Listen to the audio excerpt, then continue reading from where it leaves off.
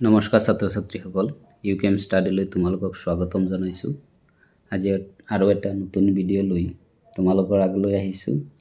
আজিৰ এই ভিডিঅ'টোত তোমালোকৰ কাৰণে অষ্টম মান শ্ৰেণীৰ বিজ্ঞানৰ 2 নম্বৰ যিটো পাৰ্ট আছে অনুজীৱ মিত্ৰ আৰু শত্ৰু, এই পাঠটোৰ যিখিনি অনুশীলনী প্ৰশ্ন উত্তৰ আছে এইখিনি আলোচনা কৰা হ'ব।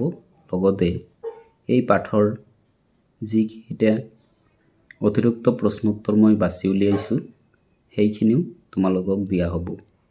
তো আশা কৰোঁ আজিৰ ভিডিঅ'টো তোমালোকৰ বহুত কামত আহিব।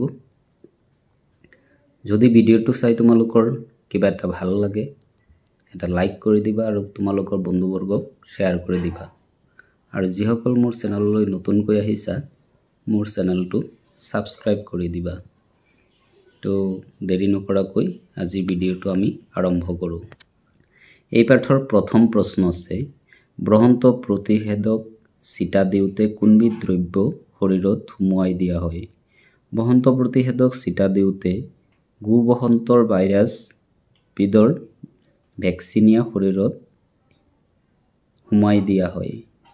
এডৱাৰ্ড জেনাৰে 1798 চনত গু বসন্তৰ ভাইৰাছ গাত সুমুৱাই দি বসন্তৰ পৰা আজীৱন সুৰক্ষা দিছিল আৰু এই ভেকচিনিয়াৰ পৰাই অসংক্ৰমণকৰণ ব্যৱস্থাত ভেকচিনেশ্যন কৰা হয়।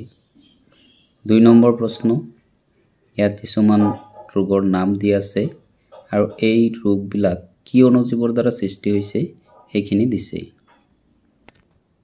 ইয়াৰ উত্তৰখিনি হ'ল বসন্ত ভাইৰাছ, যক্ষ্মা বেক্টেৰিয়া, জলাতংক ভাইৰাছ, গ্ৰহণী প্ৰটোজোৱা, হাইজা বেক্টেৰিয়া, মেলেৰিয়া প্ৰটোজোৱা। এইখিনিৰ উপৰিও কিতাপত তোমালোকৰ আৰু কিছুমান আছে সেইবিলাকো তোমালোকৰ চাব লাগিব। 3 নম্বৰ প্ৰশ্ন, পোনপ্ৰথমে কোনে প্ৰতিজৈৱিক আৱিষ্কাৰ কৰে? দুটা প্ৰতিজৈৱিকৰ নাম লিখা।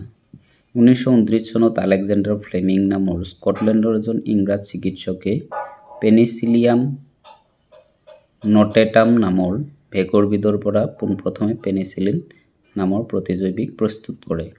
দুটা প্ৰতিজৈৱিকৰ নাম হ'ল টেট্ৰাচাইক্লিনছ, এৰিষ্ট্ৰমাইচিন। 4 নম্বৰ প্ৰশ্ন, গাখীৰ পেস্টৰাইজ কৰা পদ্ধতিটো বৰ্ণনা কৰা। এইটো যিহেতু দীঘলীয়া প্ৰশ্ন তোমালোকক দেখুৱাই দিছোঁ। 5 নম্বৰ প্ৰশ্ন আছে ৰাইজোবিয়াম নামৰ বেক্টেৰিয়া আৰু নষ্টক এনাবিনা নামৰ নীলহৰিত হেলায়ে মাটিত কিদৰে নাইট্ৰজেন সংস্থাপন কৰে ব্যাখ্যা কৰা।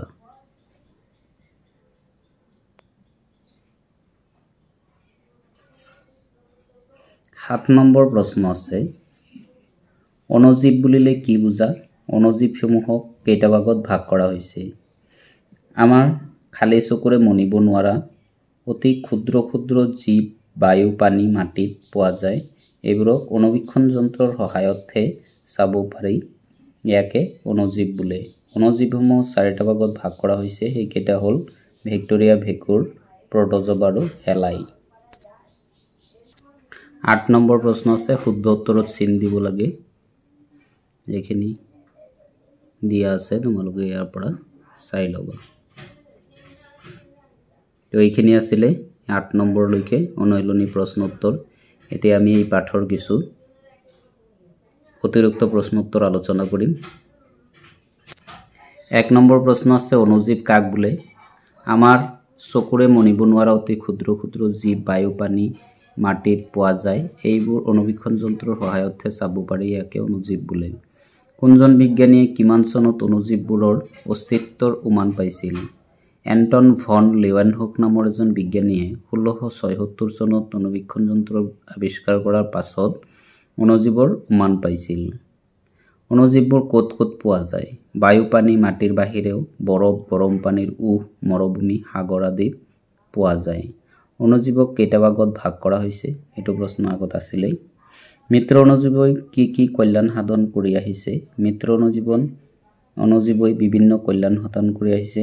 সেইকেইটা হ'ল অতি পুৰণি কালৰ পৰা মানুহৰ অজ্ঞাত অণুজীৱৰ দ্বাৰা সুৰা, নানা পানীয়, মাখন আদি প্ৰস্তুত হৈ আহিছে। 2 নম্বৰ আছে, তাৰপিছত 3 নম্বৰ, 4 নম্বৰ এনেকৈ 6টা আছে। 6 নম্বৰ প্ৰশ্ন হ'ল কোনবিধ বেক্টেৰিয়া গাখীৰক দৈলৈ ৰূপান্তৰ কৰে হ'ল লেক্টোবেচিলাছ ইম্পৰ্টেন্ট প্ৰশ্ন ৰাইজোবিয়াম আৰু মাজজাতীয় উদ্ভিদজোপা কেনেদৰে দুয়ো সহজীৱী হিচাপে বাস কৰে 8 নম্বৰ গোবৰ গেছ কেনেকৈ প্ৰস্তুত হয় গৰু আদিৰ বৰ্জিত পদাৰ্থৰ ওপৰত বেক্টেৰিয়াই ক্ৰিয়া কৰিলে গোবৰ গেছ প্ৰস্তুত হয় 9 নম্বৰ নীলহৰি থেলাই কেনেদৰে খেতি পথাৰত নাইট্ৰজেন জাতীয় সাৰ যোগান ধৰে 10 নম্বৰ প্ৰশ্ন আছে মৰাপাটৰ পূৰব গছবোৰ খালবিল আদিৰ পানীত কিয় ডুবাই ৰখা হয় আৰু কিহলৈ ৰূপান্তৰ হয় 11 নম্বৰ প্ৰশ্ন আছে টেট্ৰমাইসিন নামৰ প্ৰতিজৈৱিক আৰু ভিটামিন বি কমপ্লেক্স বডি কিহৰ দ্বাৰা তৈয়াৰ কৰা হয় বেক্টেৰিয়াৰ পৰা তৈয়াৰ কৰা হয় 12 নম্বৰ প্ৰশ্ন পচন সাৰ তৈয়াৰ কৰিবলৈ কি ব্যৱহাৰ কৰা হয় আৰু কিয়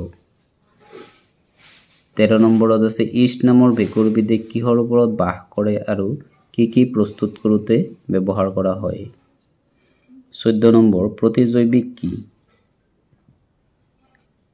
15 নম্বৰত আছে কোনবিধ ভেকুৰৰ পৰা পেনিসিলিন নামৰ প্ৰতিজৈৱিক প্ৰস্তুত কৰা হয় পেনিসিলিয়াম নটেটাম 16 নম্বৰ প্ৰশ্ন আছে ভেকুৰ আৰু বেক্টেৰিয়াৰ পৰা প্ৰস্তুত কৰা কেইবিধমান প্ৰতিজৈৱিকৰ নাম লিখা এইটো পৰীক্ষাত আহি থাকে ভাইৰাছৰ দ্বাৰা আক্ৰান্ত হোৱা ৰোগৰ নাম এটো বহুত ইম্পৰ্টেন্ট পানী লগা ইনফ্লুৱেঞ্জা জলাতংক বসন্ত polio dengue encephalitis AIDS 18 number virus বেক্টেৰিয়াৰ পৰা আক্ৰমণ কৰা বেক্টেৰিয়াৰ পৰা কি বেমাৰ হয় এটো দিছে 19 নম্বৰ কি বেক্টেৰিয়াৰ কাৰণে মানুহ আৰু গৰুচিয়া জন্তুৰ এন্থ্ৰাক্স বেমাৰ হয় এটা ইম্পৰ্টেন্ট 20 নম্বৰ আছে প্ৰতিদেহ কি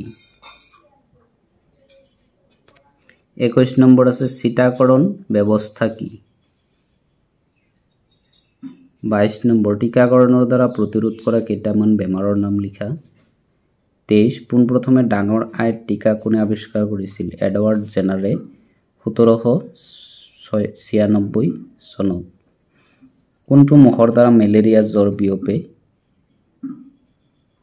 মাইকি এনোফিলিছ কোনবিধ মহৰ দ্বাৰা ডেংগু জ্বৰ বিয়পায় এডিছ ইজিপ্টি ভাইৰাছৰ দ্বাৰা আক্ৰমণ হোৱা কেইবিধমান প্ৰাণীৰ বেমাৰৰ নাম গৰুৰ ভৰি আৰু মুখৰ বেক্কা বেমাৰ 27 এটো লাষ্ট কোৱেশ্চন গুবসন্তৰ ভাইৰাছবিধৰ নাম কি ভেক্সিনিয়া এইখিনি আছিল আজি তোমালোকৰ এই পাঠৰ অতিৰিক্ত প্ৰশ্ন উত্তৰ যদি তোমালোকৰ আজিৰ এই ভিডিঅ'টি চাই ভাল লাগে তেনেহলে লাইক এটা কৰি দিবা আৰু তোমালোকৰ বন্ধুবৰ্গক ভিডিঅ'টো শেয়াৰ কৰি দিবা আৰু যিসকল মোৰ চেনেললৈ নতুনকৈ আহিছা তেওঁলোকক এটা অনুৰোধ কৰিলো মোৰ চেনেলটো সাবস্ক্ৰাইব কৰি দিবা আজিৰ ভিডিঅ'টো এইখিনিতে সামৰিছো ধন্যবাদ